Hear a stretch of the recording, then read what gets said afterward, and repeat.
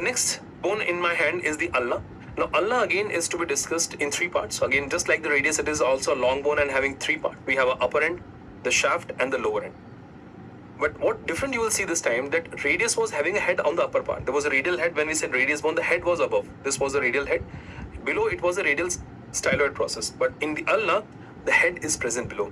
The head of the ulna is present below. The rounded head is below. And this hook-like projection that you see, if I turn it sideways, you can clearly see this hook-like projection. It is in the upper part. That is basically the notch. The trochlear notch can be seen, which is made up of the olecranon process and the coronoid process. So we'll talk about the ulna also in three parts: the upper end, the shaft, and the lower end. So a few basic features about the upper end, the shaft, and the lower end. Then we'll go into more detail of that. Well, upper end, you can clearly see it is having this process, which is called as the olecranon process. So when you feel the tip of the elbow, you're feeling that process. That is the olecranon process of the ulna that you feel there. Then this process, which is projecting more toward the anterior side, that is called as the coronoid process. So we have a olecranon process, the coronoid process is there. If you look at the lateral aspect of it, the lateral aspect is having a notch here, which is for the articulation of the head of the radius. And this is called as a radial notch of the ulna. There was a ulnar notch of the radius. Now this is a radial notch of the ulna. This is where the head of the radius will attach here. That is a radial notch. Lower end, once again, if you look at the lower end, it is a rounded head in the lower end there. And there is a process which you can see projecting from there, which is called as the ulnar styloid process, which is not only medial, it is more posterior medial. I mean, if you look at your back of the forearm in the lower end, you can see this elevation there. And that elevation there is basically the ulnar styloid process. That's the ulnar styloid process. And just like radius, again, this shaft of the ulna is also having three borders and three surfaces. This time again, there is an anterior border, there is a posterior border, and there is again interosseous border, but this time the interosseous border is facing toward the lateral side. So we call it a lateral border. The interosseous border in the radius was the medial border, but the interosseous border in the ulna is toward the lateral side. So it's a lateral border. So lateral border, anterior border, posterior border, and the three surfaces will be there. So let's go into a little more detail about this upper end, lower end, and the shaft, and then we will talk about the attachments of both the bone simultaneously. Now, talking about the upper end of the ulna, as you can see, this process here is called as the olecranon process. And this olecranon process, the anterior surface of olecranon process, which is contributing to this trochlear notch, that's a trochlear notch of the ulna, which is going to articulate with the humerus, and that's how the elbow joint is formed. The humero-ulnar joint is formed like this. The joint is like humero-ulnar joint is formed like this. We have a superior surface. You can see there's a superior surface of this, the olecranon process. Then there is a posterior surface. There is a subcutaneous posterior surface. This triangular surface is posterior, and it is subcutaneous. You can feel it actually. That is posterior surface. We got a lateral surface as well as medial surface. So olecranon process, it is having one superior surface, the anterior surface, there is this the lateral surface which is facing toward the radius bone, and there is a medial surface, and the posterior surface, the triangular posterior surface, is subcutaneous. Similarly, this coronoid process, as you're looking at, the coronoid process is having a superior surface which is again contributing to the trochlear notch. That is the superior surface of the coronoid process. The anterior surface, or you can say anterior inferior surface, which is continuing as a tuberosity here. This time it is called as a ulnar tuberosity. Like there was a radial tuberosity in the radius, it is an ulnar tuberosity which is to be seen in this bone. And once again, we have a surface on the medial side that is called as a medial surface. Although on the lateral side, there is no surface, there is a notch which is present. You can see there's a notch which is for the articulation of the head of the radius, called as the radial notch of the ulna. If I just go along with the radial notch of the ulna downward, you can see this crest over there. This elevation, this crest is called as a supinator crest. Well, the name says supinator crest. It is giving attachment to the supinator muscle. So that's a supinator crest. If you feel along this radial notch of the ulna, you move your finger along the posterior border of this notch, and you will feel a crest, the elevation there, which is called as the supinator crest. That is a supinator crest. Nothing much in the lower end. In the lower end, you can see just the rounded head is there. And you can see this process which we said, it is not only present on the medial side, it's more toward the posterior medial side. That is the ulnar styloid process. That is ulnar styloid process. Borders. So guys, once again, we got an anterior border. You can see this border here is the anterior border. Just like that, we have a posterior border which is coming from here. That is a posterior border. This is a posterior border. And this, again, the sharp border, just like the radius, this is also having a sharp border, which is giving attachment to the interosseous membrane. And that is an interosseous border, or you can say it is a lateral border. So this time it's the lateral border, anterior border, posterior border, dividing the shaft of the ulna into the anterior surface, posterior surface, and this time it is a medial surface. On contrary to the radius, where it was an anterior surface, posterior surface, and the lateral surface, this time it's anterior, posterior, and the medial surface of the shaft of the ulna. So these are some basic features of the radius and ulna. And once we know about both these bones, about the radius and ulnar together, guys, we need to put these bones together, and then we need to discuss about their attachments. Because if you put these two bones together, because there are certain muscles which are having a common attachment to them, and again, we just don't simply have to mug them up. We need to apply certain logics. Obviously, we got to remember some attachments. But again, when you look at the names of the muscle present in the forearm, are they going to the crossing the wrist joint, or they are just crossing the elbow joint?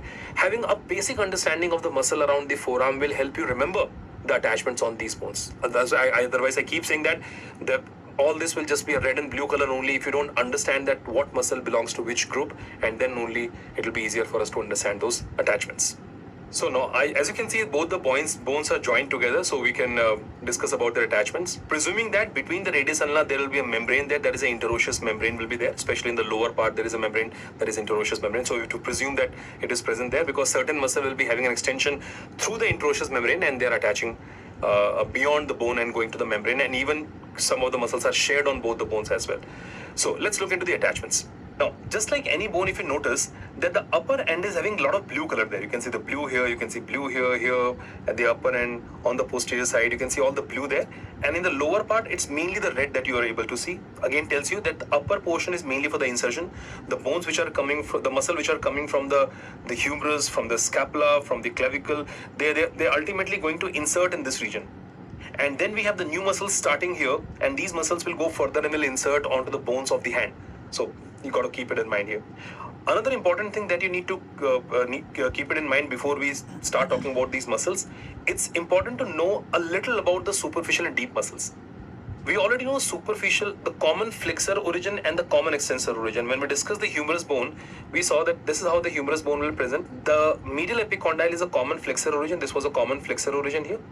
And this was a common extensor origin, and this is the point from where the superficial muscles were originating from. So when you look at the muscle which is present on the shaft, you look at all this red color that you're looking at, these are mainly the deep muscles. Most of these muscles are deep muscles, whether it is anterior side or it's the posterior side. So you got to think about the deep muscles of the forearm, which will take origin from here, which is quite obvious. I mean, if you think about this way, the superficial muscles will start the superficial muscle will come from the medial epicondyle, lateral epicondyle, and these muscles are the one which is present more superficially. That's why they have a higher origin. The muscle which is deeply placed cannot have a higher origin, because if it is having a higher origin, how will it go deep? So obviously the muscle present superficially is having a higher origin. So superficial origin of the flexor origin or the extensor origin, superficial muscles are coming from the epicondyles. And when you look at the shaft of the radius and ulna, whether the anterior surface or the posterior surface, you'll mainly see the deep muscles like flexor digitorum profundus, flexor pollicis longus, pronator quadratus. All these deep muscles will be seen basically from there, whether it's the flexor compartment or the extensor compartment. So, looking at the muscles at the upper end, radial tuberosity and the ulnar tuberosity, the two important muscles which are inserted here, we know there are three muscles in the anterior compartment of arm. We have biceps, brachialis, and coracobrachialis.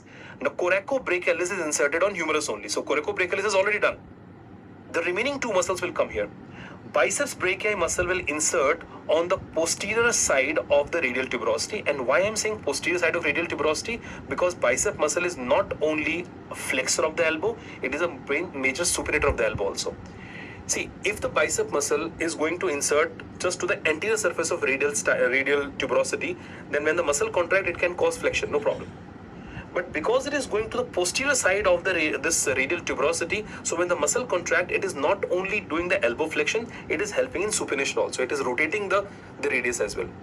That's why when we talk about the supination and pronation, bicep muscle is having a major role in the flexion of the elbow and also in the supination. And what a simple experiment you can do is, like, flex your elbow, keep your hand on the bicep muscle, and just do the pronation and supination. And every time you supinate, you can feel your biceps flexing. Every time you supinate, you can see the biceps is flexing. So that tells you that bicep muscle is not only for the flexion of elbow, it is for the supination as well. So this is the posterior margin of the radial tuberosity is for the biceps brachii, whereas the ulnar tuberosity, look at that, the tuberosity is the ulnar tuberosity is for the insertion of the brachialis muscle. So three muscles in the anterior compartment of arm, biceps, brachialis, and coracobrachialis. Coracobrachialis is already done on the humerus. So we have biceps brachii, which is coming to the radial tuberosity, and brachialis muscle is inserted onto the ulnar tuberosity, and that's why they're very close to the elbow joint. They have an effective action at the elbow joint of elbow flexion. Okay. Now, if you look at the posterior side. Now, first, I hope that you can see this, the crest there, supinator crest. Now, the supinator crest and the area which is in front of the supinator crest, that is giving origin to the supinator muscle. That's the origin of supinator. And this blue color that you can see, which is basically on the lateral surface of the upper end of the radius, it is for the insertion of the supinator muscle. So the way the supinator muscle is present is actually like this. The supinator muscle is coming from here, and then it is turning and running in this manner. And that's why every time the muscle contract, it is going to cause the supination. If I try to demonstrate the same thing on my face, when you think of the pronation and supination, the pronation movement is like the muscle should be present in the front, whether it is the upper part or lower part, because when the pronation takes place or whether the supination takes place, the first thing is which bone is going to move. It's the radius which rotates on the ulna. So ulna is more or less fixed. It's mainly the radius bone which is moving. So whether we are doing pronation or we are doing supination. Now, when we're doing pronation, so there is a muscle pronator teres which you'll see somewhere like this. Like my hand is like telling you a little about how the pronator teres will be present. And pronator quadratus will be in the lower part, but that tells you that both pronator muscles are present on the anterior aspect. They're going toward the radius, they're inserting toward the radius, but they're like present more on the anterior aspect.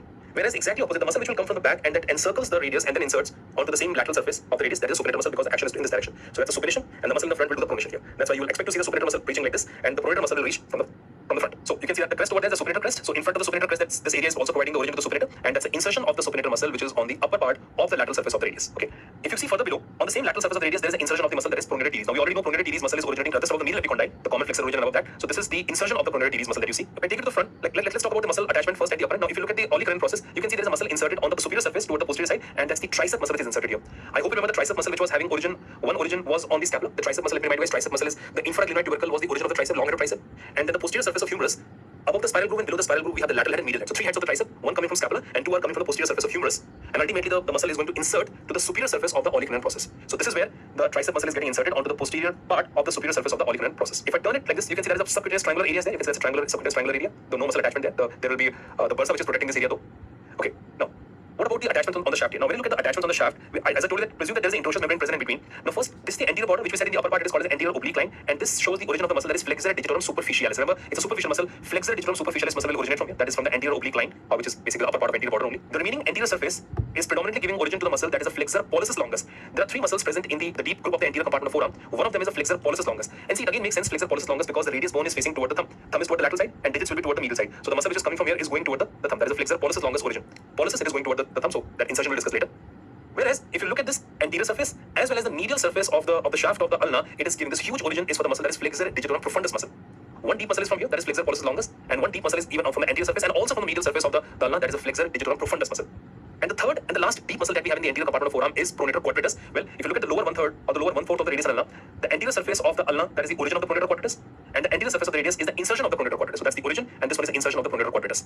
It is to be noted, when you look at the radius bone, it's the insertion of pronator quadratus. This was the insertion of the pronator teres, and this was the insertion of the supinator muscle. That tells you that radius is the bone which is receiving the insertions. Origin could be on this bone, could be here, could be from the humerus, but insertion of the muscles which are causing pronation and supination is all on the radius. Here, and here. Okay.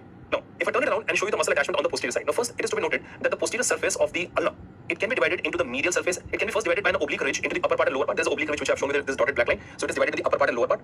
And then the lower portion, the major part is the lower part. It is again divided by a vertical ridge into the medial and the lateral portion. So there's a medial portion, lateral portion. The medial portion is subcutaneous. You can feel it at the back of the forearm. You get the bone that you feel over there is the ulna. It's a posterior surface of ulna you're feeling, and that's the medial side of the posterior surface that you're feeling. That is the subcutaneous surface of the ulna that you feel on the posterior side. So there's no muscle attached on this surface. You can see that is the subcutaneous part. So the muscle are attached on the posterior surface, but toward the lateral side. Okay. The first thing first, if you look at that muscle which is inserted here, that muscle which is inserted on the posterior surface of the upper region, this is the insertion of the enconius muscle.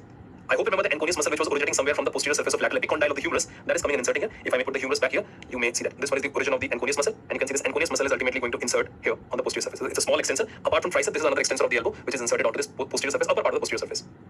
Whereas the muscle that you see in this region, which are also having an attachment onto the interosseous membrane. So whatever muscle I tell you here in this region, they're also having attachment to the interosseous membrane also. Now first, whether it's the posterior surface of the ulna or the posterior surface of the radius, both these are attachment to the muscle or origin of the muscle called as abductor pollicis longus. A muscle for the abduction of thumb, that is abductor pollicis longus.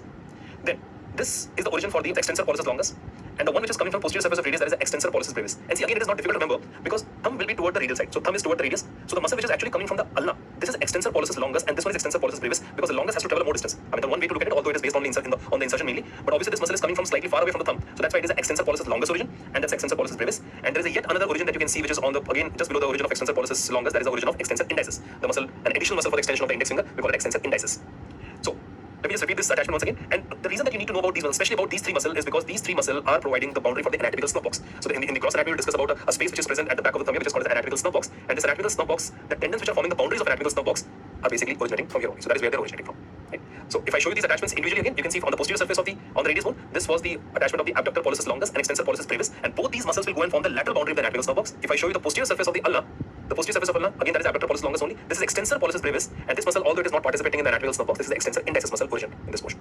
So this is about the attachment of the radius and ulna. And if I quickly go through the side determination once again, because when you get the bones in the exam, the first thing you got to do is you need to identify the side. You have to show whether it's a right side bone or left side bone. Radius we already discussed, guys. Upper end is rounded, head is rounded, then again the lower end is flattened. The introtius, the sharp border is facing toward the medial side, and then we said dorsal tubercular blister. That should be toward the dorsal side. That is dorsal tubercular blister. Or you can say that the tuberosity, the radial tuberosity, is facing toward the medial side. So any of the 3 points, one point should tell about the superior inferior, one should tell about the lateral medial, and one about the anterior posterior. Similarly, in the ulna, the upper end is hook-like, lower end is rounded. So we know what is upper and lower end. This notch, which is called the trochlear, this is called the trochlear notch, which will articulate with the trochlea of the humerus, the trochlear notch. It should be facing the front. So that tells you that is in front, there is a trochlear notch facing the front. And this time the sharp border, the introtious border, should be facing toward the lateral side. So introtious border or the sharp border toward the lateral side, the styloid process toward the posterior lateral, upper end is hook-like and lower end is rounded, and this will tell you that it is the ulna of the right side. So do the side determination first and then think about attachments. And once again, before we move on to our next bones, it is very important